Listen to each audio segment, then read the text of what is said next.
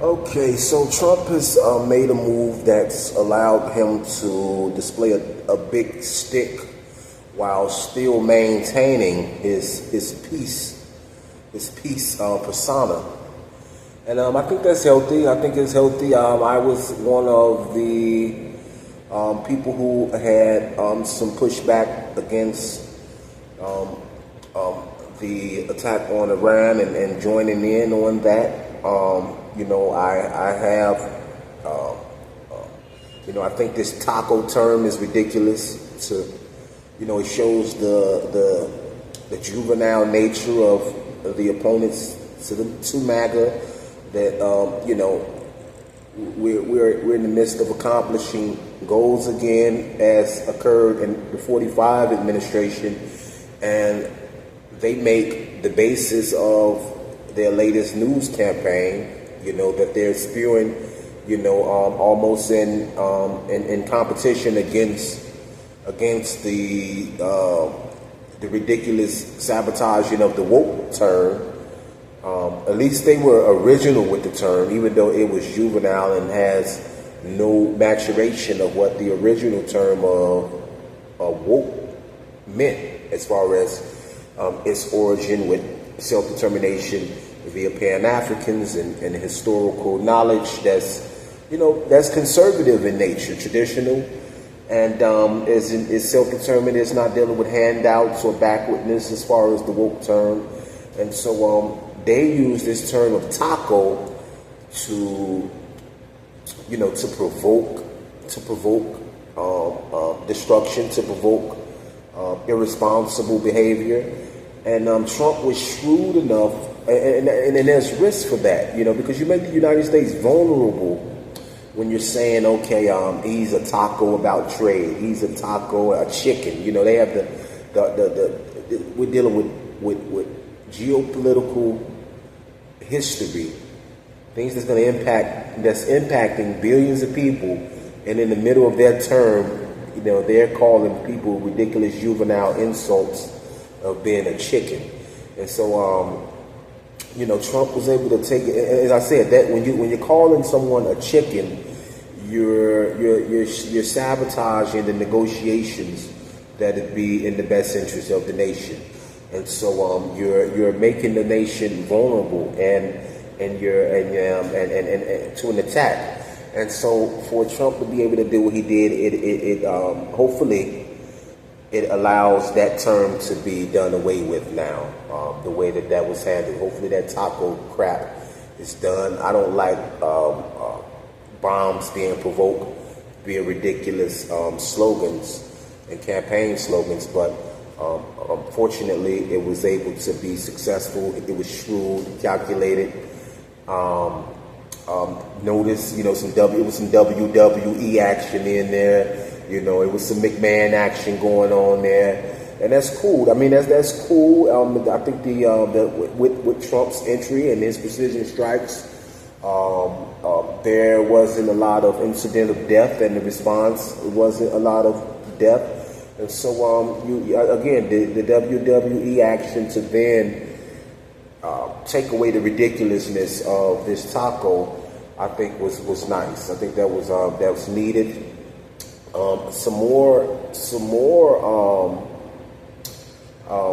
narratives that MAGA wants to steer clear of. You want to keep the high ground.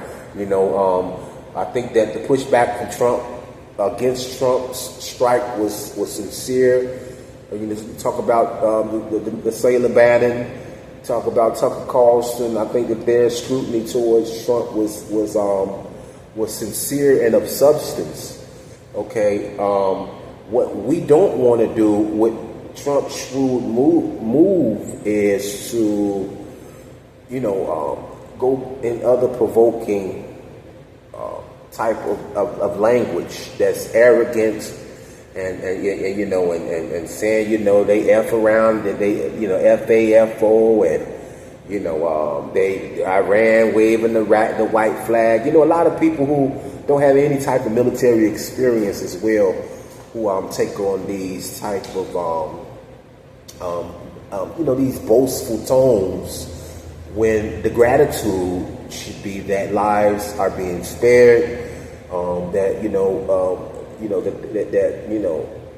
very capable, powerful abilities have shown restraint, and that's what we want to highlight. You can still have a position of authority, and when you're that you can assert in that communication, where you can lay out warnings and again talk about your big stick, where you're not in a tone of humiliation, where you're saying that the person you want to have a tone of mutual restraint. That's the most wisdom. You want to associate wisdom with mutual restraint, that everyone gets to enjoy the glory of. Okay, not okay. Yeah, we did this. Yeah, you backed down. You pulled out your white flag as you always do. All of that. That doesn't do anything but place the next soldier in harm's way down the line with another adversary who doesn't want to concede to a tone of humiliation. And so let's be wise in the celebrations. Let's have celebrations that are mature with the reflection, and that aids the next negotiation. You feel me? So let's do that. Let's do that, MAGA. Let's have some mature reflections with the demonstrated stewardship in global policy, and that's what we need to have as a focus. Because now, if we take this tone again, and it's just a lot of bad things that you can hypothesize that can have a real good chance of coming to fruition if we don't have a mature tone of wisdom. And I'm not. That's pretty much the address that I think Africa Times News has on the Iran situation. Again, I think Trump is being distracted. The Iran situation has distracted from the big beautiful bill, the merits of that, explaining that, and having that have alignment with the trade deals that we need to continue to negotiate. We need to have the trade deals. We need to start finalizing those and communicating those wins and accomplishments to the people. And as I use my trade, electrical trade, as the barometer of the economy and how we're moving forward. And as the wages are astronomical. The wages are definitely great across the board in the electrical trade. Lots of postings. I'm seeing lots of postings, and we haven't even begun. And the postings are just a lot of postings. And so, so that's a great barometer from my observation there, as far as the electrical trade and the canary and the economic mind in the fiscal mining there. The electrical trade is looking very prosperous as a barometer for the overall economy. And so we need to continue to position ourselves to see the success of that. Hopefully we can get these interest rates. We can have the focus on that again with the wars. Thankfully it was swift. Thankfully, it appears that we're not going to have the Straits of Hormuz closed, and so these are and then what I didn't like as well. What I was going to come out and say initially was 2 weeks a long time for us to be wondering there, champ. Is you gonna is what's going to be done? That's not a comfortable situation, and now here we are. I think it still hasn't been. We haven't reached that 2-week deadline that he originally placed out, and and we already at a great pace, a great place, great positioning for peace. And so that was, that's some stewardship of global policy that should be admired and applauded, and a lot of people were saying, hey, he's doing this unprovoked without the permission of Congress, but now look how swiftly the de-escalation has occurred. So now that the de-escalation has been swift and just harmonious in the end results, I think that there should be sincere bipartisan support of the leadership, and then again, let's focus on the key items that we're in the process of seeing reach fruition. A lot of my recommendations before, my expectations as far as 4 months before the inauguration, a lot of that is still coming true.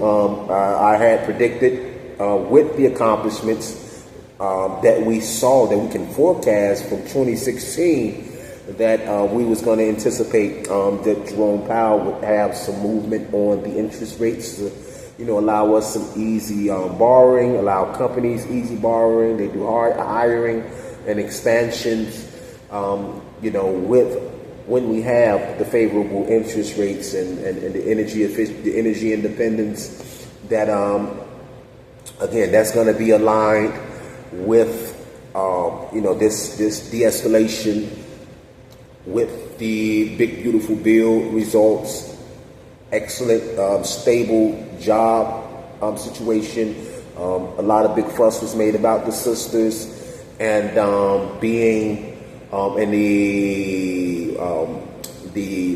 as far as the DEI and the government layoffs that impacted the sisters there in April. I didn't jump on that. I don't think the brothers was bashing them. I think there was a lot of tough love associated with that, and we want to have that tough love with the understanding that they're not about to be unemployed long. The economy, the private sector is healthy and is going to be able to absorb them. I see a lot of gloom and doom that's saying people are taking a long time of finding positions. I think that it's going to be again, the numbers are showing that the job market is healthy and vibrant, and I anticipate that that's going to continue to be the case. Again, let's get some trade deals done. Let's get let's continue to lobby the Fed for interest rates to contribute to the prosperity. Let's get we got the drilling. Let's keep the energy efficiency going. He has expansion ideas as far as with Alberta and Canada. If that could be done, that sounds like that's an addition when you talk about Alberta to the bottom line of our energy independence and global peace. Because Canada doesn't have any problem with being in cahoots with warmongering as well. And so if we have energy independence in the northern hemisphere, that's a good thing. That's a good thing. And so I'm not going to be long. I just want to address that again. Let's have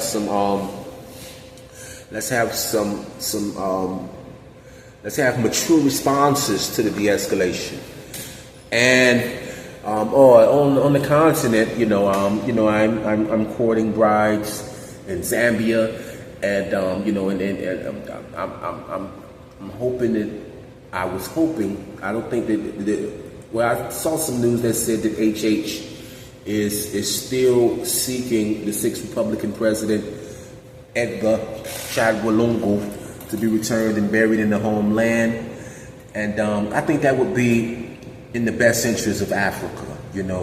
Not that South Africa is a foreign land, but when you talk about him, being the head of the state of the country, the people who see him as the nation honors him as not the people who see him, but the nation honors him and cherishes him as a hero. And we have precedent with the Supreme Court in Zambia with the first president, Kenneth Kaunda, who the airport there is named after, and there was tension with his burial, and the Supreme Court ruled that once you're a president, you're a property of the state, and when you run for president, you understand the burial procedures and the expectations that follows that legacy of honoring that legacy.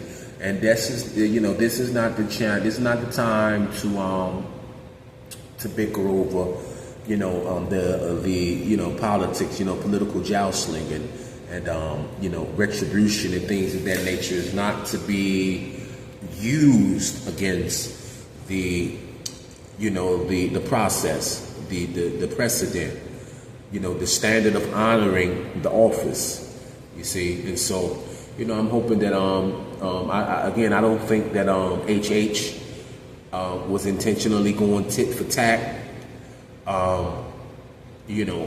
Respectfully, all this I say as well, as someone who's seeking to reintegrate to the country. I hope that anyone maybe with the Patriotic Front, I believe that's the name of the PF.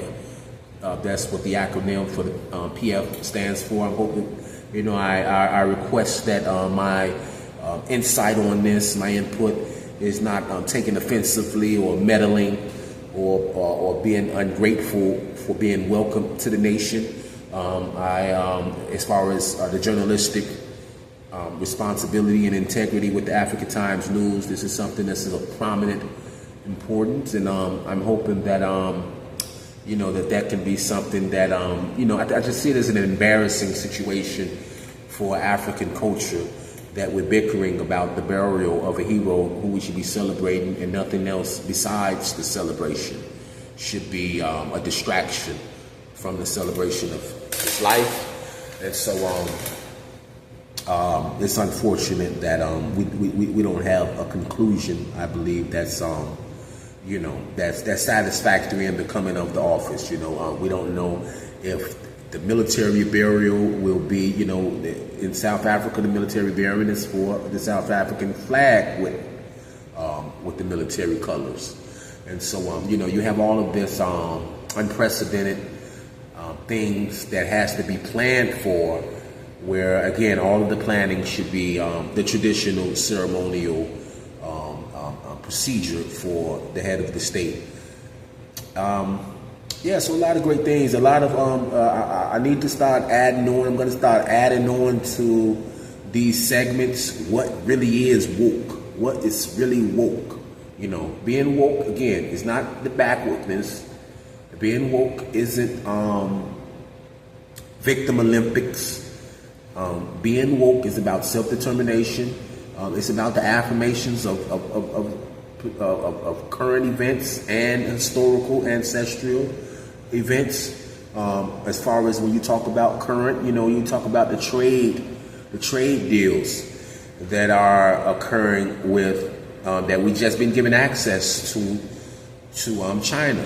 Having access to that market. This is something that a lot of people covet. And the African continent has been granted that privilege with the great nation of China. And this is an example of wokeness, of knowing our affirmations and not having them confused with, the endless campaign to associate genuine accomplishments and philosophy to uselessness and backwardness, and things just isn't appealing to an esteemed purpose, of a people. And so you have people willingly knowing that they're misrepresenting the term woke when they're associated with. I think I saw the brother right before the bombing. I had took some notes. I was watching Steele, the old Republican chairman Steele, and the sailor there, Malcolm Nance interview when they was double daring Trump to bomb Iran, and Malcolm Nance gave an opinion of woke you know, as far as acceptance of people and so forth. For that, no, it's not an acceptance of anything as far as being woke. As far as a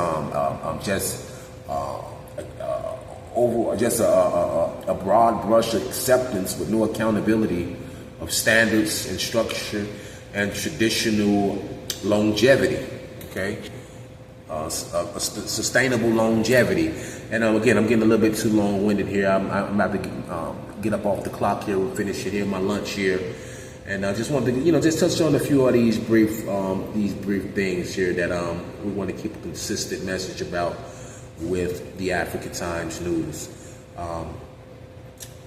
Yeah, that's pretty much. I think I'll end it there. BlackForumSolution.com. We're going to be looking. We're regrouping again. We're regrouping, and we still have the same agenda with the International Black Forum.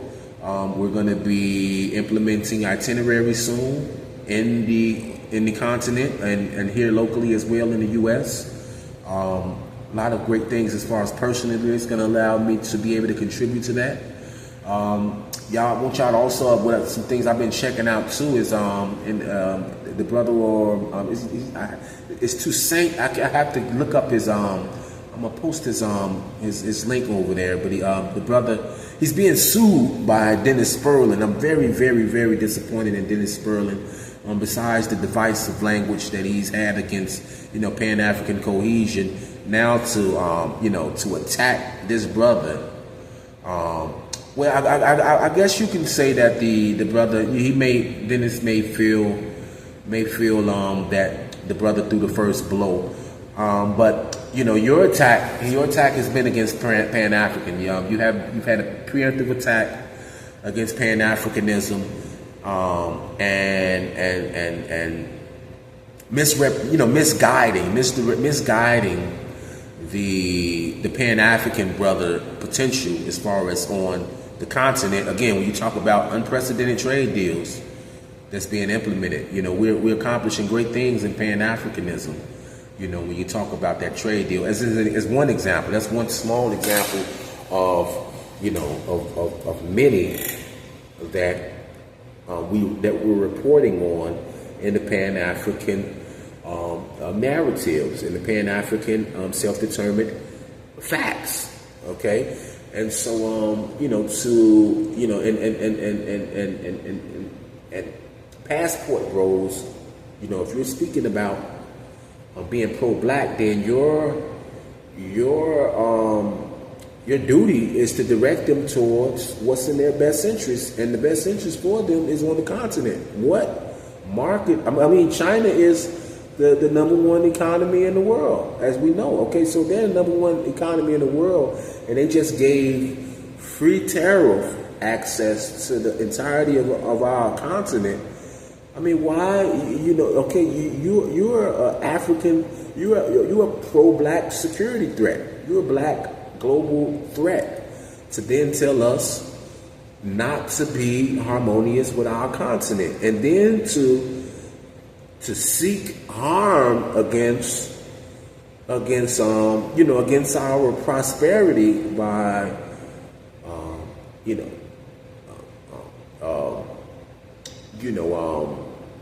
recruitment for you know, a divisive lawsuit against our people. And so you know, I don't think that the brother Toussaint was I don't think that the brother was wrong in calling you out about that, you know. And so to then escalate it to a lawsuit, you know, again, we can have much better use for your law capability, your talents. You know, how, you know, you responded to my call out the very next day when I asked, you know, how many people have you how many brothers have you helped defend in child court against this beast that's trying to take us out, that has been taking us out the home. You know, you reported on some car accident, ambulance chasing situation where, you know, this ambulance situation allowed this brother to remain in his son's likeness, to claim, that's reactionary. That's reactionary nothing burger. That's a reactionary nothing burger to my scrutiny. Okay, this isn't a collective initiative that's a parody to your threats of a lawsuit against the entirety of our continent. Okay, you're supposed to be on the forefront against these child courts. You can help me out. I could, Carl Walker here in the first district appellate here in Illinois, when I was being honorably discharged from the U.S. Navy in 2003. They just reported recently this year, since they've been done with him, with his kangaroo court facilitating of Patrick Murphy's stealing of my son to place him in a pedophile environment. Okay, they were prepping him and sealing his record to prepare him for me in 2003. Again, if they sealing his record in 2003 when I'm preparing for my honorable discharge, and they finally unseal it right after he's done his dirt against that Boiler Monk sailor, then that has to have been the preparation from the get-go. And so you need to have your talents against the bigger enemy and not our bigger friend. And so,